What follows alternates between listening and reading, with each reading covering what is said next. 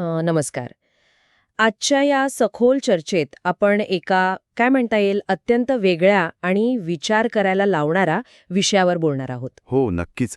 आणि हा विषय असा आहे जो आपल्या प्रत्येकाच्याच जिव्हाळ्याचा आहे. अगदी खरंय. कारण कसं आहे ना, आपल्या सर्वांच्याच मनात एक अनामिक भीती नेहमी दडलेली असते. माझ्याकडून एखादा चुकीचा निर्णय तर घेतला जाणार नाही ना, किंवा मी आयुष्यात चुकीच्या मार्गावर तर नाही ना, ही भीती आपल्याला सतत सतावत असते. ती भीती एक प्रकारचं ओझंच असतं. हो, आणि याच ओझ्याबद्दल आज आपण बोलणार आहोत.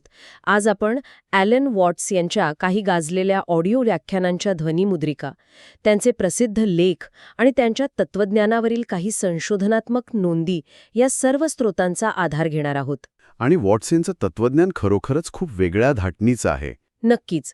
तर या सखोल चर्चेचं मुख्य उद्दिष्ट हेच आहे की चुकीचा निर्णय घेण्याची जी भीती माणसाच्या मनात असते ती दूर करून आपण कधीच चुकीच्या मार्गावर नसतो हा वॉट्स यांचा विचार समजावून सांगणे. आणि या स्रोतांचा अभ्यास करताना एक गोष्ट प्रकर्षाने जाणवते, ती म्हणजे वॉट्स यांची मांडणी. ते अत्यंत क्लिष्ट वाटणारे विषय अगदी साध्या म्हणजे रोजच्या जगण्यातील उदाहरणांमधून उलगडून दाखवतात. हो, ते खूप सहजपणे सांगतात. जेव्हा माणूस सातत्याने मी बरोबर वागतोय ना या ओझ्याखाली जगतो, तेव्हा तो वर्तमानातील आनंद गमावून बसतो. वॉट्स नेमक्या याच समस्येवर बोट ठेवतात. अगदी बरोबर. आणि ह्याच संदर्भात सुरुवात करण्यासाठी मला एका अत्यंत सुंदर रूपकाचा उल्लेख करायचा आहे जो या स्रोतांमध्ये सापडतो. वॉट्स म्हणतात की जर आपण आत्ता ह्या क्षणी जिथे बसलो आहोत तिथून आपल्या आयुष्याकडे मागे वळून पाहिलं मागे वळून पाहिलं तर आपल्याला एक अत्यंत विचित्र पण सत्य गोष्ट जाणवेल. आपलं आयुष्य एखाद्या सरळ, तर्कशुद्ध आणि आधीच लिहून ठेवलेल्या पुस्तकासारखे वाटत नाही, तर ते एका स्वप्नासारखं वाटतं. स्वप्नासारखे हे रूपक खूपच चपकल आहे. हो ना. आपण कधी असा विचार केला आहे का, जेव्हा आपण स्वप्नात असतो तेव्हा घडणाऱ्या अत्यंत विचित्र गोष्टीही आपल्याला अगदी सामान्य वाटतात. म्हणजे स्वप्नात जर काहीही अतर्क घडलं तरी आपण प्रश्न विचारत नाही. म्हणजे समजा स्वप्नात एखादा घोडा थेट स्वयंपाकघरात आला किंवा एखाद्या ओळखीच्या व्यक्तीला अनोळखी माणसाचा चेहरा लागलेला दिसला, तरी त्या क्षणी आपण कोणताही प्रश्न विचारत नाही. आपल्याला ते सगळं सामान्य वाटतं. नक्कीच. त्या स्वप्नात ते सगळं अगदी योग्य आणि स्वाभाविक वाटतं. तिथे कोणतीही शंका निर्माण होत नाही. पण जेव्हा आपण जागे होतो तेव्हाच आपण म्हणतो की अरे, किती हास्यास्पद होतं. अगदी तसंच. मागे वळून पाहताना आपलं आयुष्यही अगदी असेच असते. त्यात एक नैसर्गिक प्रवाह असतो जो फक्त मागे वळून पाहिल्यावरच समजतो. येथे सर्वात रंजक आणि विचार करायला लावणारी गोष्ट म्हणजे जेव्हा आपण वर्तमानातून भविष्याकडे पाहत असतो तेव्हा आपल्याला हा प्रवाह कधीच जाणवत नाही. हो, पुढे पाहताना सर्व काही केवळ गोंधळलेलं वाटतं. हो, गोंधळलेलं आणि पूर्णपणे अनिश्चित. अगदी खरंय. आपण अनेकदा आयुष्याच्या अशा वळणांवर उभे असतो जिथे अनेक पर्याय दिसतात आणि प्रचंड तणाव असतो. रात्री झोप न येणे, घेतलेला निर्णय चुकीचा तर नव्हता या विचाराने अस्वस्थ होणे हे आपल्या सर्वांच्याच वाट्याला येतं. हो, सतत तेच विचारचक्र सुरू असतं. म्हणजे जर ती दुसरी नोकरी स्वीकारली असती तर, किंवा जर त्या क्षणी होकार किंवा नकार दिला असता तर, असे असंख्य प्रश्न सतावत असतात. पण वॉट्झी इथे एक अत्यंत मार्मिक निरीक्षण नोंदवतात. ते म्हणतात की जेव्हा आपण 10 वर्षांनंतर मागे वळून पाहतो तेव्हा अचानक एक वेगळंच चित्र दिसतं. हो, मागचे सगळे ठिपके जोडले जातात. अगदी. तो सर्व गोंधळ, ते सर्व चुकीचे वाटणारे निर्णय, ती सर्व अनपेक्षित वळणे या सर्वांनी मिळूनच आपल्याला नेमके आजच्या या क्षणापर्यंत, या श्वासापर्यंत आणून सोडलेले असते. हे खूपच दिलासादायक आहे. है ना? जेव्हा एखादी व्यक्ती भूतकाळाचं विश्लेषण करते तेव्हा त्यात वेदना सापडतील, दुःख सापडेल, पश्चाताप करायला लावणाऱ्या गोष्टी सापडतील. पण असा एकही बिंदू शोधता येत नाही जिथे खऱ्या अर्थाने चुकीचा रस्ता पकडला गेलाय. कारण तिथे दुसरा रस्ता नव्हताच. हेच ते रहस्य आहे. तिथे दुसरा कोणताही मार्ग नव्हताच. पण एक मिनिट, इथे थोडा थांबून विचार करूया. हे ऐकायला थोडं विचित्र वाटतं. कसं काय? जेव्हा आपण असे म्हणतो की दुसरा कोणताही मार्ग नव्हताच, तेव्हा हे नियतिवादासारखे म्हणजे फॅटलिझमसारखं वाटत नाही का? हा गैरसमज बऱ्याचदा होतो. म्हणजे जणू काही आपण सर्वजण केवळ हातातील बाहुले आहोत. आपल्या निवडीला काहीच अर्थ नाही आणि सर्व काही आधीच ठरलेले आहे. मग आपण जे निर्णय घेतो त्यामुळे होणारे नुकसान कसे नाकारता येईल? वरवर पाहता हा दृष्टिकोन खूपच निराशाजनक वाटू शकतो. हा अत्यंत महत्वाचा प्रश्न आहे. आणि अनेकदा लोक वॉट्स यांच्या तत्वज्ञानाचा असाच गैरसमज करून घेतात. पण वॉट्स यांना हे अजिबात सांगायचं नाहीये की माणसाने हातावर हात ठेवून बसावे. मग त्यांचा नेमका अर्थ काय आहे? ते यापेक्षाही एका अत्यंत सखोल आणि गुंतागुंतीच्या सत्याकडे बोट दाखवत आहेत. हा विचार माणसाला एका खोल मानसिक तणावातून मुक्त करणारं तत्वज्ञान आहे. आपण सर्वजण एका सततच्या दडपणाखाली वावरत असतो की माझ्या हातून माझे खरे आयुष्य कुठेतरी निसटून तर जाणार नाही ना. हो, ती भीती सतत असते. आपल्याला फक्त संकटांची भीती नसते, तर आपल्याला सर्वात मोठी भीती असते ती चुकीचा रस्ता निवडण्याची आणि चुकीच्या ठिकाणी पोहोचण्याची. बरोबर. मनात अशी एक ठाम समजूत असते की एक योग्य आणि परिपूर्ण आयुष्य कुठेतरी अस्तित्वात होते जे जगायला हवे होते, पण नकळतपणे त्या मार्गावरून भरकटायला झाले आहे. आणि हे ओझं खूप मोठं असतं. हो ना, असे वाटते की आपण आयुष्यात खूप पुढे असायला हवे होते आणि आपले ते खरे आयुष्य कुठेतरी दुसरीकडे आपल्याच एखाद्या दुसऱ्या आवृत्तीसोबत घडत आहे ज्याने चांगले निर्णय घेतले असतील. पण वॉट्स इथे पूर्णपणे वेगळा विचार मांडतात. जर हा भरकटल्याचा किंवा गोंधळलेला असण्याचा अनुभव हाच मुळात आपला खरा मार्ग असेल तर हा विचारच दृष्टिकोन बदलून टाकतो. जर हा गोंधळ प्रवासातील एखादा अडथळा नसून तोच या प्रवासाचा खरा पोत म्हणजे टेक्स्चर असेल तर. आणि जर आपण याला एका व्यापक दृष्टिकोनातून पाहिले तर वॉट्स यांनी दिलेले नदीचं रूपक इथे अत्यंत अचूक बसते. हो, ते नदीचं उदाहरण अप्रतिम आहे. नद्यांकडे एक अशी समज असते जी कदाचित आपल्या माणसांकडे नसते. कोणतीही नदी वाहताना कधीही थांबून स्वतःला हा प्रश्न विचारत नाही की मी योग्य मार्गावर चालली आहे का. अगदी. ती एका जागी स्तब्ध राहून चिंता करत बसत नाही. तिच्या प्रवाहात जेव्हा एखादा मोठा खडक येतो तेव्हा ती नदी त्या खडकाकडे पाहून असं म्हणत नाही की अरे रे, माझा रस्ता अडवला गेलाय. नक्कीच काहीतरी चूक झाली आहे असं ती म्हणत नाही. हो, आणि त्या दुसऱ्या नदीसारखे व्हायला हवे होते असा विचारही ती करत नाही. ती फक्त वाहत राहते. ती अडथळ्याला वळसा घालून पुढे जाते किंवा त्याच्या खालून रस्ता काढते. प्रसंगी हजारो वर्ष तिथेच थांबून राहते, पण सरते शेवटी तो अडथळा पार करतेच. आणि सर्वात सुंदर गोष्ट म्हणजे ती नदी नेहमी समुद्राला जाऊन मिळतेच. ती समुद्राला मिळते ती या अडथळ्यांव्यतिरिक्त नाही, तर या अडथळ्यांमुळेच. वळणे घेणे हाच नद्यांचा वाहण्याचा मूळ स्वभाव आहे. अगदी तसेच माणसाचेही आहे. मानवी प्रवासही एका नदीसारखेच वळणदार असतो. तो कोणतीही सरळ रेषा नसतो आणि तशी सरळ रेषा असणे कधीच अपेक्षित नव्हते. पण आपली संस्कृती सतत काय सांगते? बिंदू अ कडून बिंदू ब कडे अगदी सरळ रेषेत जा. अत्यंत कार्यक्षम बना. वेळ अजिबात वाया घालू नका. हो, नक्की. कुठे जायचे आहे हे माहीत असायला हवे आणि एका सैनिकासारखी तिथे संचलन करत पोहोचण्याची तयारी ठेवा, असंच शिकवलं जातं. आणि याच सांस्कृतिक दबावामुळे आपण स्वतःला सतत दोष देत राहतो. पण आयुष्याची गती तशी नसते. आपण एखाद्या संवादासारखे असतो जो स्वतःची दिशा 17 वेळा बदलतो, पण शेवटी नेमका तिथेच पोहोचतो जिथे त्याला पोचायचे असते. आणि याच संदर्भात या स्रोतांमध्ये वॉट्स यांनी सांगितलेली त्यांच्या एका पर्वतावरील ट्रेकिंगची गोष्ट अतिशय रंजक आहे. हो, ती नकाशा आणि धुक्याची गोष्ट ना? होतीच. अनेक वर्षांपूर्वी वॉट्स एका पर्वतावर ट्रॅकिंगसाठी गेले होते. त्यांच्याकडे एक उत्तम आणि अचूक नकाशा होता. एका समजूतदार माणसाप्रमाणे त्यांनी आदल्या रात्रीच प्रवासाचे काळजीपूर्वक नियोजन केले होते. म्हणजे सगळं प्लॅनिंग पक्कं होतं. अगदी.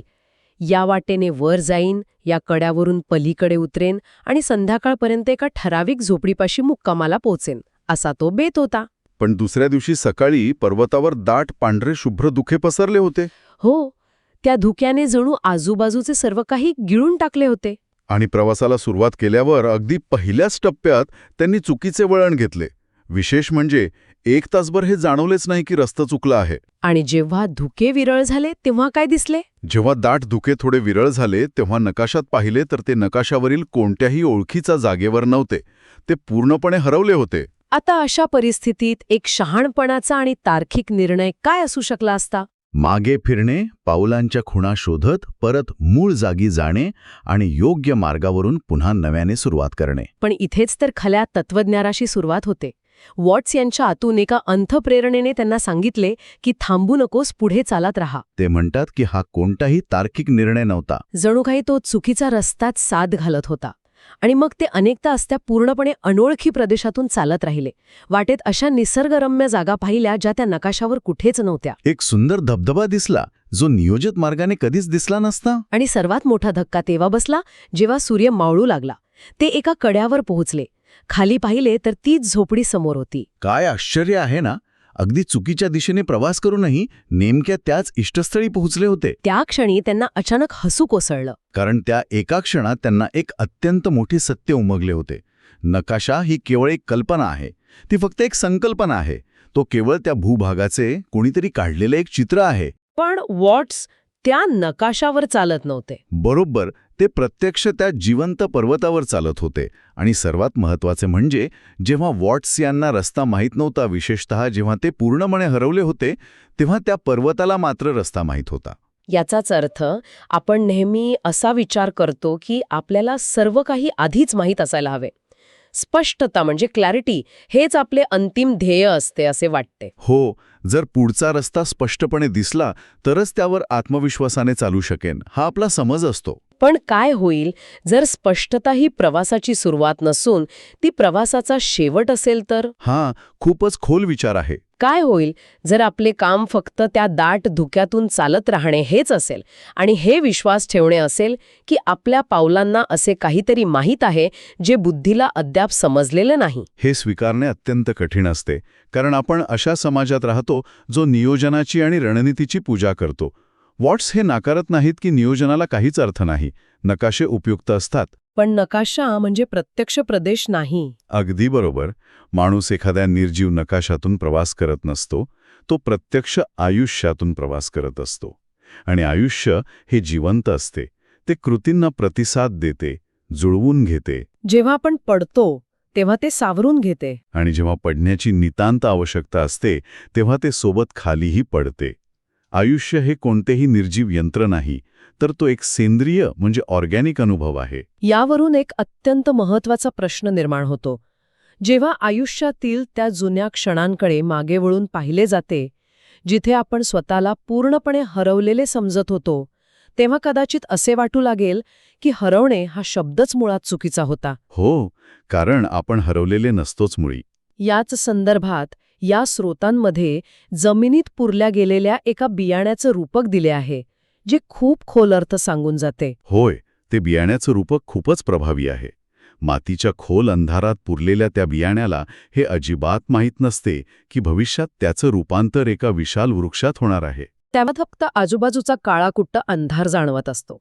तो अंधार, तो प्रचंड दाब आणि वरून पडलेल्या मातीचा तो भयानक भार एवढंच जाणवत असते.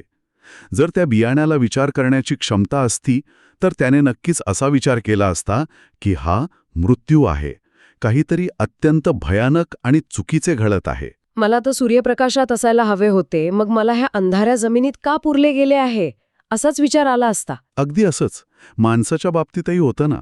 हो, आयुष्यात असा काळ येतो जेव्हा सर्व बाजूंनी फक्त अंधार दाटून येतो. डोळ्यांसमोर काहीच स्पष्ट दिसत नाही, इतकी अनिश्चितता असते. त्या क्षणी असे वाटते की आतल्या कोणत्या तरी अत्यंत महत्त्वाच्या गोष्टीचा आता अंत झाला आहे, सर्व काही संपले आहे. पण निसर्गाचा नियम पहा, तो जो मातीचा दाब असतो तोच त्या बियाण्याचं कठीण कवच फोडण्याचं काम करतो. तो अंधारच ती जागा असते जिथून मुळे जमिनीच्या आणखी खोलवर रुजण्यास सुरुवात करतात. जमिनीखाली पुरले जाणे हा खऱ्या अर्थाने वर उगवण्याच्या प्रक्रियेचा आरंभ असतो. म्हणजे जेव्हा माणसाला वाटतंय की हा अंत आहे, तो खरोखरच एका गोष्टीचा अंत असतो. पण तो अंत अस्तित्वाचा नसून केवळ त्या कवचाचा अंत असतो, जे आता वाढीसाठी अपुरे पडू लागले होते. अगदी बरोबर. तो अंतर एका जुन्या स्वरूपाचा असतो, जेणेकरून ते खरे आणि नवे स्वरूप बाहेर येऊ शकेल. क्या बात आहे. हे अगदी अचूक विश्लेषण आहे. चला तर मग यावर आणखी थोडी सविस्तर चर्चा करूया, विशेषतः नियती या शब्दाबद्दल. नियती, डेस्टिनी हा शब्द खूप गैरसमज निर्माण करतो. हो, नियती या शब्दाचा वापर अनेकदा अत्यंत चुकीच्या संदर्भात होतो. नियती म्हणजे भविष्यातील असा एखादा निश्चित केलेला बिंदू आहे ज्याच्या दिशेने सर्वजण चालत आहेत असा समज असतो. जणू काही ती एखादी पूर्वनिर्धारित मंजिल आहे, जसे एखाद्या रेल्वेचे वेळापत्रक असते. पण वॉट्स पूर्णपणे नवीन दृष्टिकोन देतात. नियती हे कोणतंही ठिकाण नाही, तर ती एक चालण्याची पद्धत आहे. How you move. चालण्याची पद्धत हे ऐकायला खूपच कुतूहलवर्धक आहे, कारण चालणे ही क्रिया वैज्ञानिकदृष्ट्या नेमकी काय आहे? चालणे म्हणजे दुसरं तिसरं काहीही नसून नियंत्रित पडणे, म्हणजे कंट्रोल्ड फॉलिंग आहे. हो, जेव्हा चालण्यासाठी पुढे पाऊल टाकले जाते तेव्हा माणूस प्रत्यक्षात पुढे झुकतो, आपला तोल गमावतो आणि अगदी पडता पडता दुसऱ्या पावलाने स्वतःला सावरून घेतो. पुढे झुकणे, तोल जाऊन पडायला लागणे आणि सावरणे हेच चक्र सातत्याने सुरू असते. याचाच अर्थ एका अत्यंत वास्तविक अर्थाने आपण संपूर्ण आयुष्यात सतत पडतच असतो. आणि हे जे सतत पडणे आहे, हे जे कायमस्वरूपी डळमळीत असणे आहे, तोच कुठेही पोहोचण्याचा एकमेव मार्ग आहे.